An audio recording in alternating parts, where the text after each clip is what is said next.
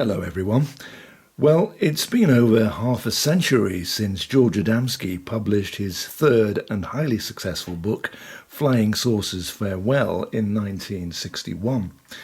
Its success and natural place in the classic literature of the contactee movement meant it was reprinted again, this time as a paperback towards the end of the swinging 60s, and went on to enjoy two more reprints in the 1970s. Its 70s reproduction saw the emergence of its new title, Behind the Flying Saucer Mystery, and to launch it into the 21st century, in 2016, the book received yet another revival, with the Adamski Foundation's fifth publication of the work as Behind the Flying Saucer Mystery 2. This is a summary review of what you will find in the new publication, which I hope will whet your appetite to actually research the truth of the reality of the Adamski contacts and help dispel the deliberate disinformation being propagated against the work and memory of this fine, courageous and outstanding gentleman. A gentleman who was, after all, the original world-famous contactee and the daddy of today's burgeoning disclosure movement. In the early 1960s, the public's natural curiosity and fascination with Adamski's accounts of meetings with extraterrestrial humans from within our own solar system had reached a crescendo of anticipation. The future of gleaming scientific discoveries, coupled with space exploration, looked bright, as the public perception of the space age was everywhere to be seen in the newspapers and advertising genre of the day. Star Trek, the TV show, was still 2 years away, and Neil Armstrong was still waiting to take that first small step onto the lunar surface at the end of the decade. Yet, thanks to Adamski, the idea of interplanetary cooperation between the peoples of Earth and the peoples of other planets was slowly moving out of the realms of science fiction and into the realms of distinct possibility in the minds of many. Why we're not now swooping through the air, driving around in electrogravitic cars like George Jetson, and what happened, or rather what didn't happen, to that gleaming future for all in the 50-plus years which followed, is more a backhanded tribute to the nefarious activities of what Adamski called the Silence Group than to what was really going on, and is still going on behind the scenes to this very day. In this, the fifth expansion and republication of the original work, the reader gets to see a number of photographs never seen in print before, and an updated summary of scientific discoveries and facts vindicating the Adamski materials. On a planet subverted into a culture of mechanical materialism and service to self, it is easy to forget that Adamski's original message was also a spiritual one, and not solely concerned with the physicality of the vehicles known as flying saucers.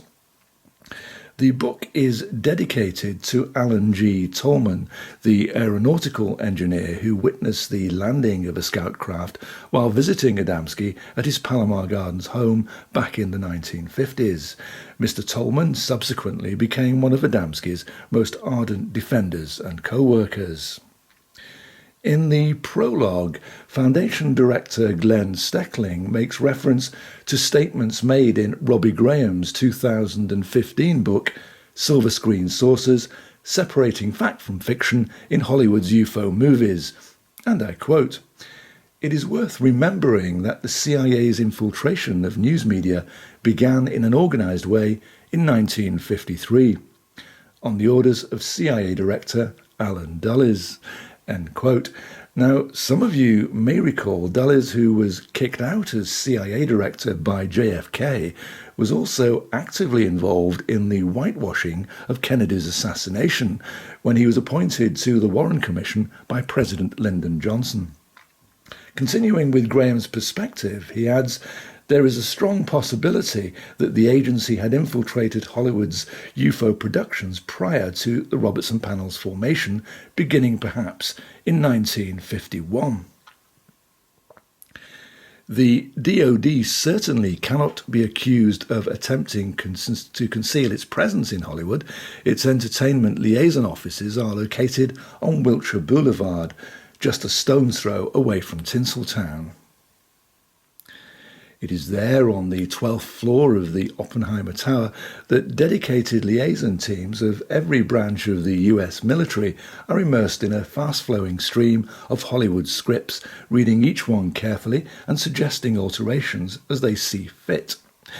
Of course, the horror treatment dished out to the subject of extraterrestrial visitation and overseen by the CIA and its whimsically named entertainment section continues to this day, warping the minds of the innocent young and the not-so-innocent lazy and gullible.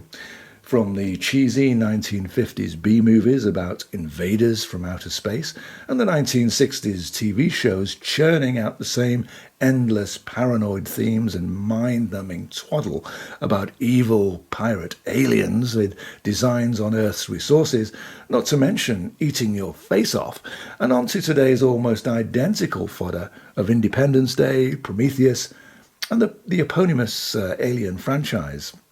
One could easily be forgiven for asking, what have the morals and personality traits of Wall Street banksters got to do with advanced civilizations and our neighbours from other worlds?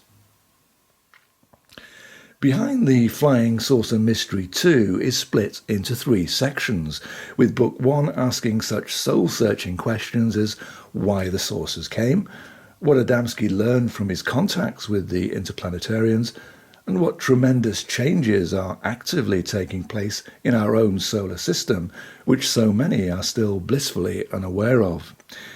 In a highly enjoyable chapter entitled Answers for the Skeptics, Adamski takes on his dissenters with the same charm, wit and logic which had the late BBC TV astronomer Patrick Moore at such a disadvantage when he debated him on British TV during Adamski's visit to London in the spring of 1959.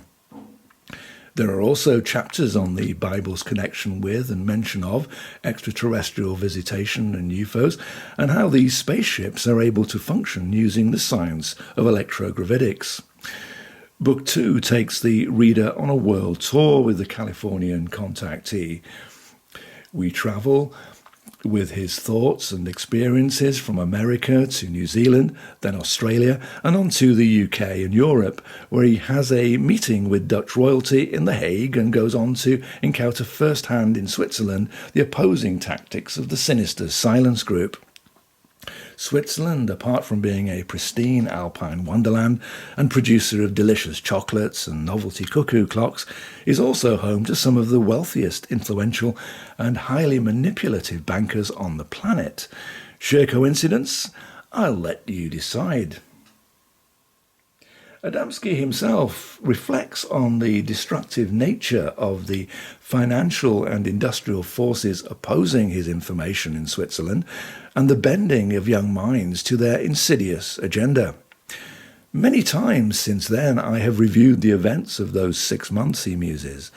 I believe the truth was brought to many people of the world as requested by our space brothers.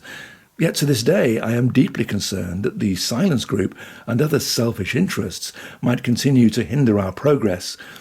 He goes on to say, one thing is certain, the most powerful instrument in the hands of the Silence Group is public apathy.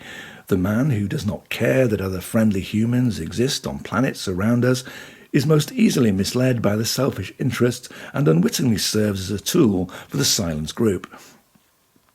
Book 3 gives the reader the treat of some Adamskian poetry and prose under the title of Satan, Man of the Hour, followed by the conclusion in which Adamski gives his final thoughts and hopes for the future of humanity on this planet and beyond.